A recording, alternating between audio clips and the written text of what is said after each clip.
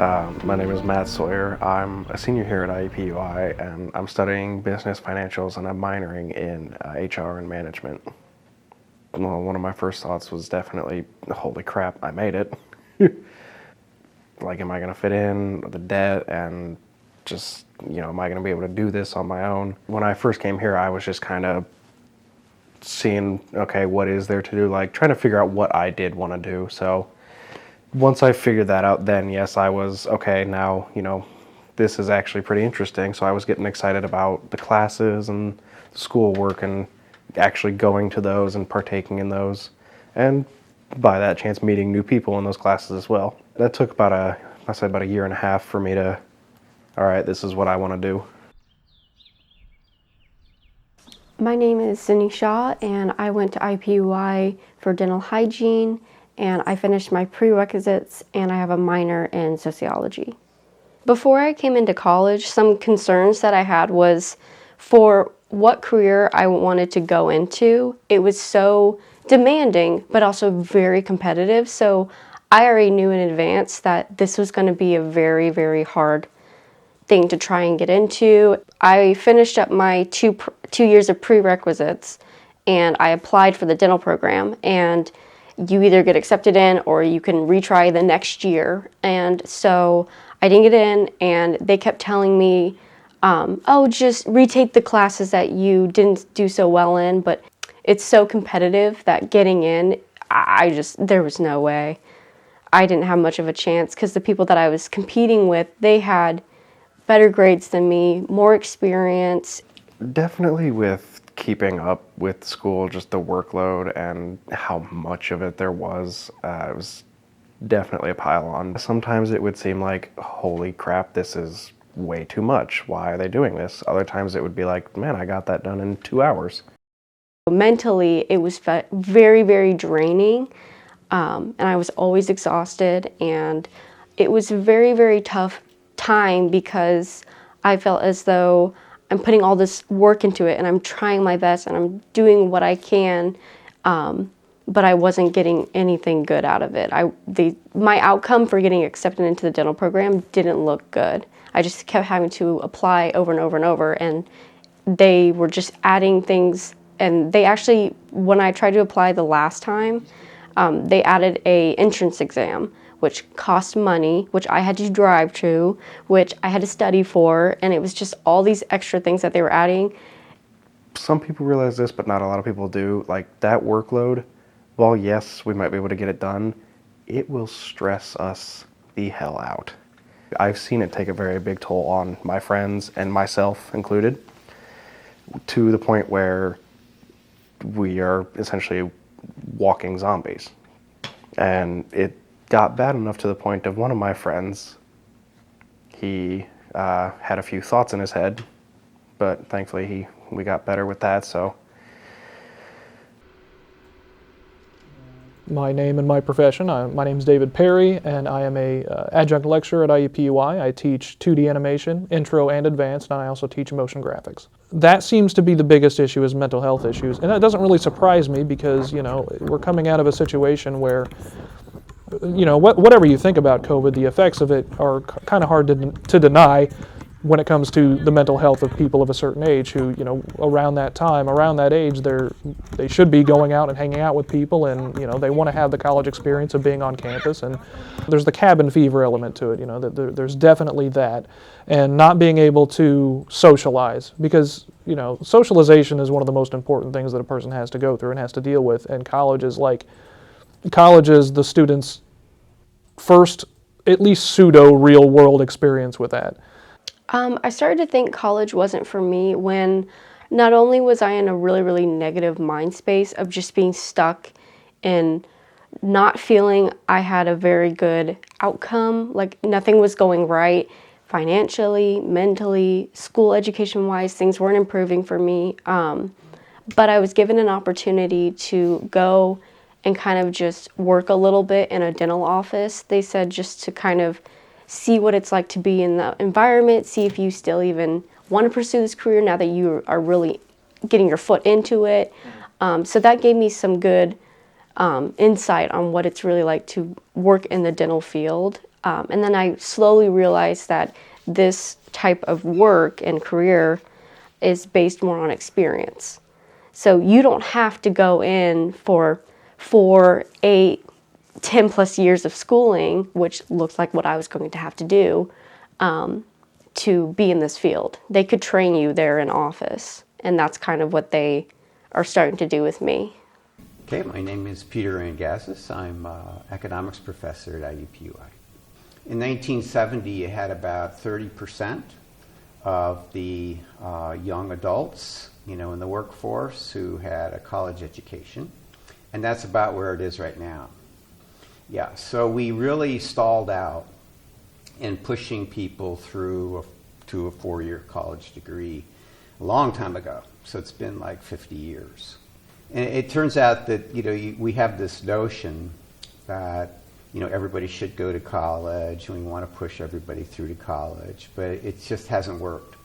I thought I had to go to college and come out with a piece of paper to prove that I could do this type of job, when in reality, if you can get experience is worth so much more than school. Like when you're actually in the field doing something that you maybe find interesting, that you personally love, and that for me, I'm genuinely helping people, I'd rather be doing this than sitting at my desk or sitting in the library stuck there for the whole day trying to figure out what my teacher's saying, but the internet's breaking down and she's online and she can't answer emails and all these hard things that we were dealing with. And so when the opportunity was given to me to work hands-on, oh my gosh, I took it as soon as I could. And I knew it was going to be difficult, and I knew that I was going to be probably given a really hard task, and that it was going to be twice as hard for me because I don't have the background as most people do going into a dental office. But I was willing to take that risk because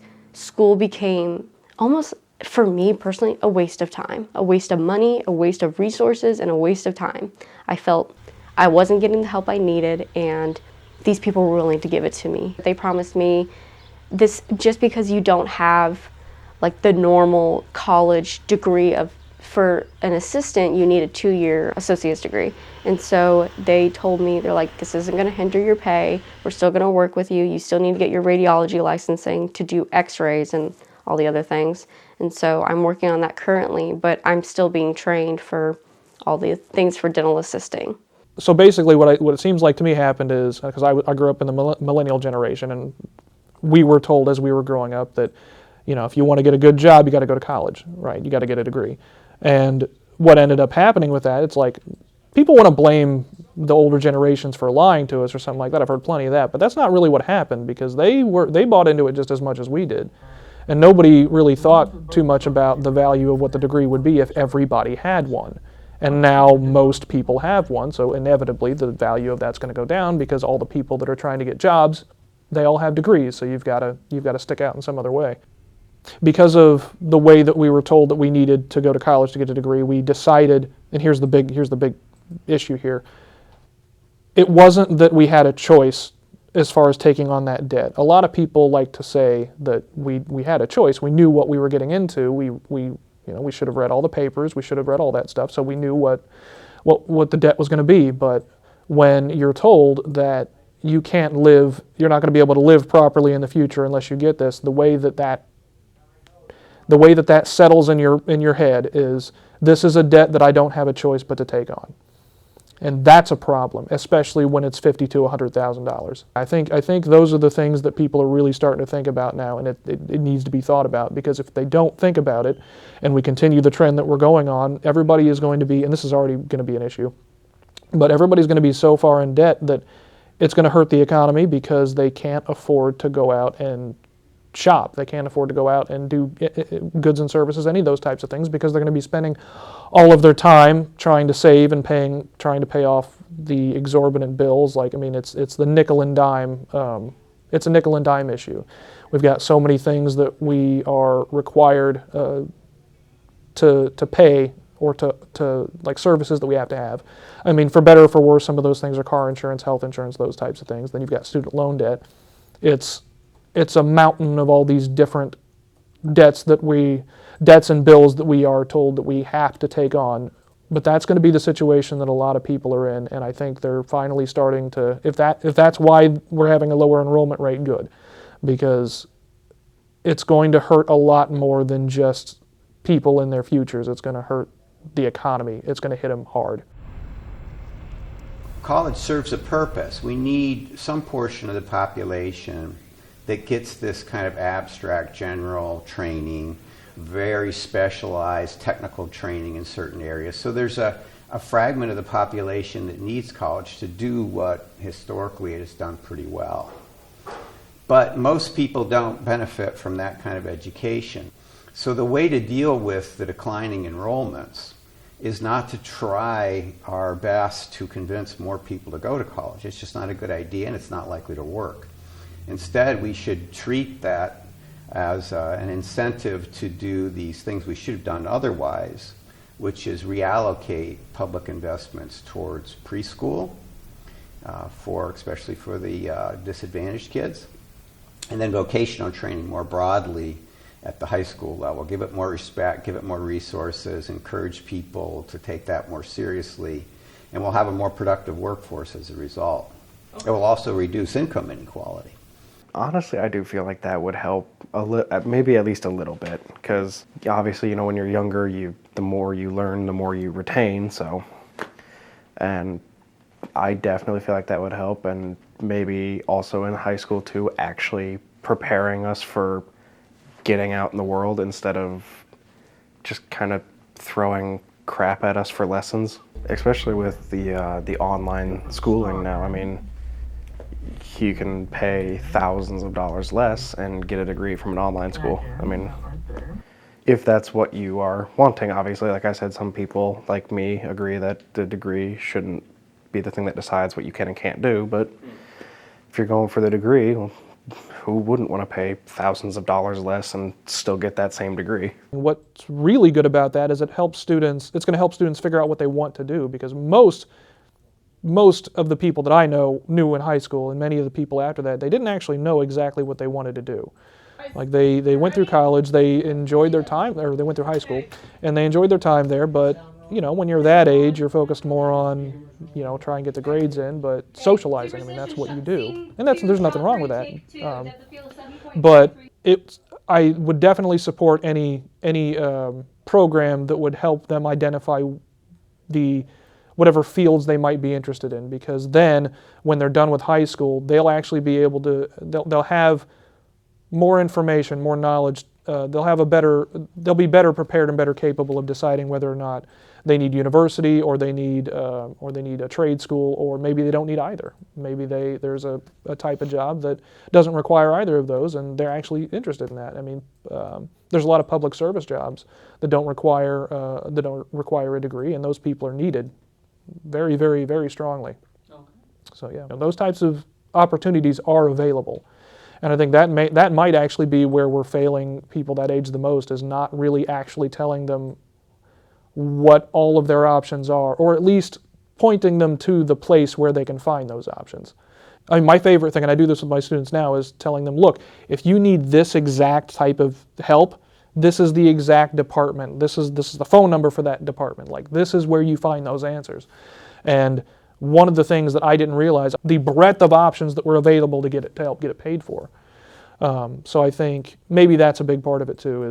I think it really boils down to making sure that people that age understand that they have more than the option of just 4 to 8 years of university. We still need colleges. They don't have to be as big as they once were, but we should shift our focus now to the other educational investments that would help with the two big problems I just mentioned, the slowing economic growth and the widening income inequality. But we don't need to be as dependent on college as we believe we need to be in the United States. We have a little bit of an elitist attitude towards college in the U.S. It's actually not a good orientation to have in the current times and given the problems that we have. For lack of better words, stop deifying college. Stop making college look like the only way anybody has a future. Either that, or you better get the prices way, way down. That's the only way you're going to be able to get people to afford college, and then also still be able to get people to go out after they graduate and afford to do things in the world. I think college can work for other people. I do think the system isn't completely wrong. I don't think college is terrible. It's a great place to build great friends and great experience. I think for a lot of people, if you can find something that gets you in early and gets you experience in early, you're set. Go to college, get your fun, get your education, get that piece of paper, go for it. But for me, it just didn't work out. It's one small choice, am I going to go or not, but it affects a lot of lives.